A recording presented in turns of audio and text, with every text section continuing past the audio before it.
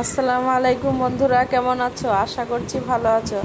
আজকে আমি বানাবো কুমড়ো শাক, আলু, কাঁঠালের বিচি আর মসুরির ডাল দিয়ে তরকারি। তো সবগুলা কেটে নিয়েছি সুন্দর করে, দিয়ে প্রেসার কুকারে দিয়ে দিলাম। কাঁচা লঙ্কা, আদা রসুন বাটা দিয়ে সিটি মারলাম।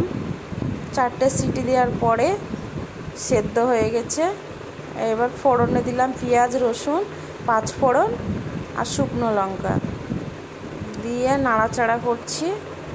দিয়ে দিলাম পরিমাণ মতো লবণ আর ভাজা মশলার গুঁড়ো।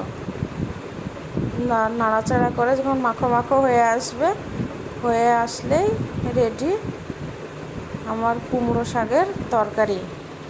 কেমন হয়েছে জানাবেন। ভাত দিয়ে খেতে ভালো থাকবেন। টাটা।